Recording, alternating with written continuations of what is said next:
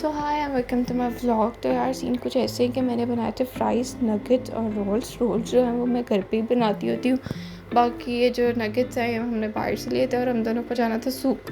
तो यार सूक वाकिफ जाना था और ना सीन कुछ ऐसे हैं कि हम लोगों को निकलना था दिन में, मतलब हम पहली दफ़ा तो नहीं लेकिन अब जाने लगे थे 4 बजे और फिर से गर्मी थी। मतलब तुम लोग सोचो जब भी हमें वहाँ जाना होता है ना और गर्मी ऐसे होती है कि तौबा अस्तगफिरुल्लाह।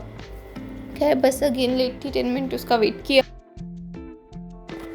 सो यार सीन कुछ ऐसे हैं कि ना बस तो मिल गई थी और 20-30 मिनट लगते हैं मेट्रो स्टेशन पे जाने तक। तो मेट्रो पे ही तुम लोग माहौल चेक कर लो कि आज का मौसम कैसा है। गर्मी थी यार, बहुत गर्मी थी, बस में ऐसे हालत ख़राब हो रही थी बहुत। तो यार मुझे थोड़ी सी शॉपिंग करनी थी जो कि वहीं ओल्ड मार्केट से ही हो सकती थी, तो इसलिए हम लोग वहाँ गए थे।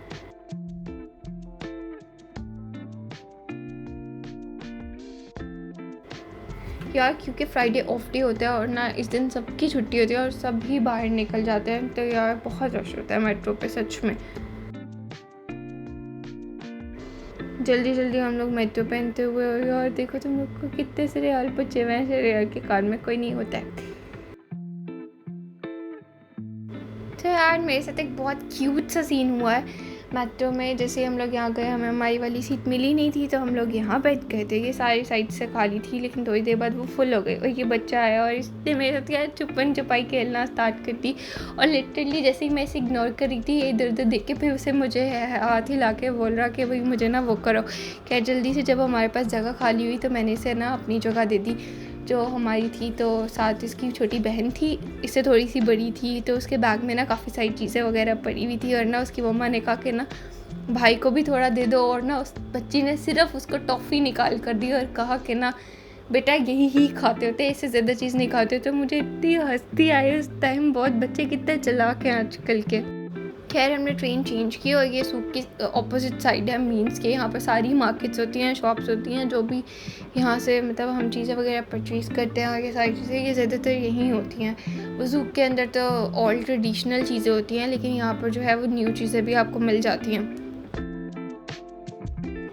इस शॉप का मैंने बहुत सुना था कि यहाँ पर बैंगल्स बहुत अच्छी होती हैं लेकिन ज्वेलरी का तो मुझे कुछ समझ में नहीं आया।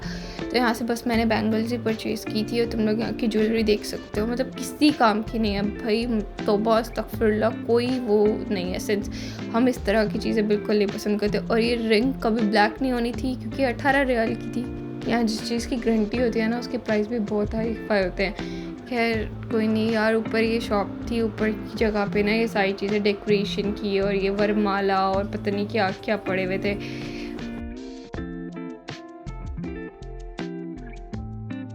और ना यहाँ पर ना एक फ्लावर एरिया बना हुआ था जहाँ पर ना जस्ट फ्लावर्स थे रूम पे डेकोरेट करने के लिए, वो बहुत अच्छा लग रहा था। लेकिन यहाँ की छतें से हिल रही थी, ऐसा लग रहा था जैसे जलजला आ रहा होता। हम लोग तो यहाँ से जल्दी जल्दी निकल गए ना। तो यार ये जो सामने वाली बिल्डिंग है ना, ये सूक वाकिफ की सबसे फेमस जगह आर्ट म्यूज़ियम, और यहाँ पर मेरा कभी जाना नहीं हुआ। क्या यहाँ से सारे गाउन्स मिलते हैं और यहाँ के गाउन्स बहुत अच्छे थे लेकिन मैं गाउन ज़्यादा पहनती नहीं हूँ तो मुझे परचेज़ भी नहीं करना था। और ये पूरी मार्केट जो है वो गाउन्स की थी। और यार तुम सामने से भी रोड क्रॉस करके ना सामने सूक वाकिफ जा सकते हो लेकिन नहीं, हमें इतनी सारी सीढ़ियाँ नीचे उतरनी है, फिर दोबारा हमें सीढ़ियाँ चलनी है और इतनी लंबी गैलरी पार करनी है और फिर हमें जाना है। मतलब समझ रहे हो ना।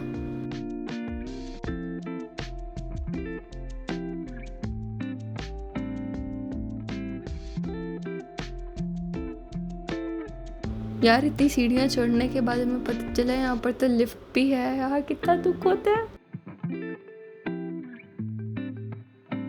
तो यार यहाँ पर पहुँचते साथ शेर को जाना था नमाज़ पे, यहीं पास में ही मस्जिद थे जो शेर और नमाज़ पे चले कर हम यहीं बैठ गए थे वेट करने के लिए उनका।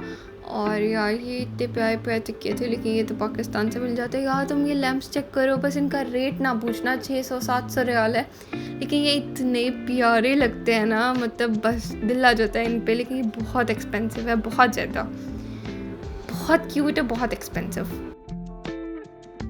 और सच बताऊँ ये मार्केट जो सूक के अंदर है इतनी महंगी है ना, यहाँ पर आपको कोई 100 रियाल से कम की चीज़ नहीं मिलेगी। मतलब इतनी महंगी होती है बहुत, हर चीज़ के ऊपर रेट होता है। और ये जो आजकल का फैशन नहीं चल रहा कि वो सैन पे लिखा हुआ होता है वो।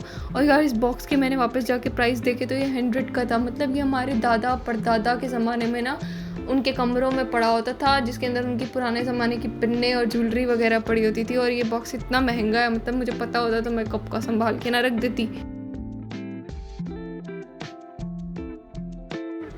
कतर की ना एक बात है, कतर ना बहुत अच्छा है, प्यारा है, फूड के मामले में बहुत नॉर्मल है, लेकिन जो ये चीज़ें हैं इसकी और बहुत एक्सपेंसिव है यार, बहुत ज़्यादा एक्सपेंसिव है। लेकिन खाने पीने के मामले में बिल्कुल परफेक्ट है। रेंट भी थोड़ा ज़्यादा ही होता है यहाँ पर, लेकिन बाकी सब ठीक होता है यहाँ से ना।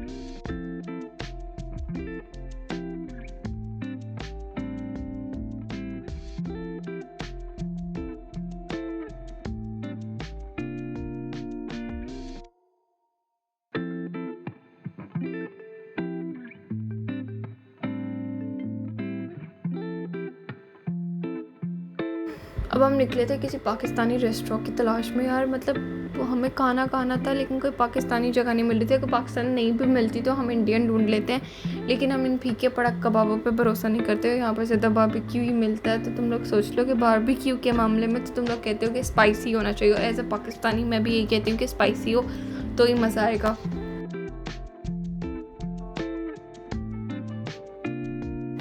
यार इस जगह की जो मुझे सबसे क्यूट चीज़ लगती है ना, वो ये गैलरी है। लेकिन सूख वाकिफ की एक बात बताती हूँ कि मैं जब भी यहाँ आती हूँ ना, लिटरली मुझे बुखार हो जाता है, बहुत ज़्यादा होता है। अभी भी मुझे 1 वीक बुखार रहा था। और ये लैम्प्स तो कभी कभी दिल करता है कि यहीं से ही बंदा उतार जाए, क्या 600-700 रुपये के वहाँ से लेने हैं। और यार इन छोटे उसमें से क्या ही निकलेगा आज, मुझे तो बता दो। अल्लाह दीन के चिराग थोड़ी हैं जो इतने महंगे रखे हुए हैं तुम लोगों ने। तौबा तौबा, अस्तगफिरुल्लाह।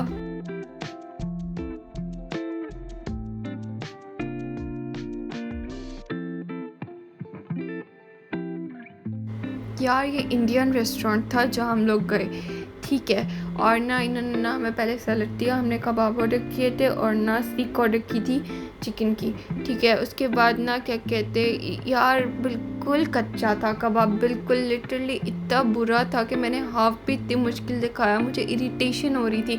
यहाँ से शेर और अली भाई ने अपनी चाय ले ली थी और हम लोग आगे निकल गए, क्योंकि मुझे गोलगप्पे खाने थे। और इन लोगों ने कहा कि ना थोड़ा सा तो सफ़र है, थोड़ा सा सफ़र आधे घंटे का था कि मेट्रो का एक स्टेशन कवर हो गया था। उसके अंदर जो हमें ट्रेन चेंज करनी थी ना यहाँ से, वो हमें करनी ही नहीं पड़ी, क्योंकि हमने इतना ट्रैवल कर लिया था यार।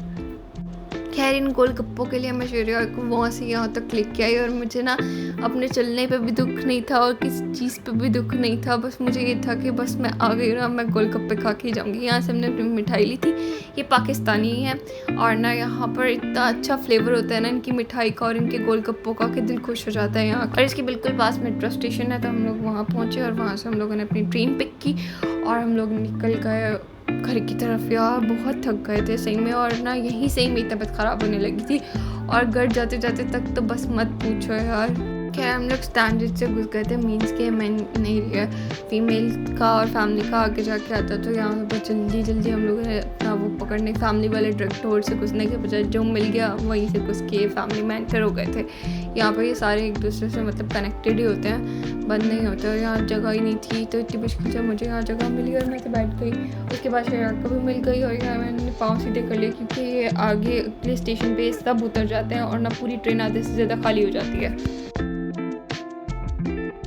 यार। और एक सैड सीन ये था कि ना बस लेट थी, मतलब बहुत लेट थी, जिसकी वजह से मैंने तो वहाँ पहुँचते था शेरा को काम वेटिंग एरिया में बैठ जाते हैं। यहाँ से बिल्कुल सामने से पता चल जाता है आपकी बस आई है या नहीं।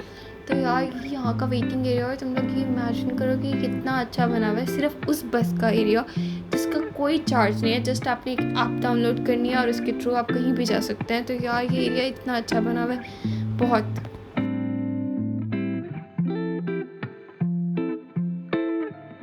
शेरा बाहर देख रहे थे, लेकिन उनको ये नहीं पता था कि बाहर बस आ गया। भाई बंदे को इतना गाफिल नहीं होना चाहिए। लेकिन होप्स तुम लोग को अच्छा लगे। अल्लाह।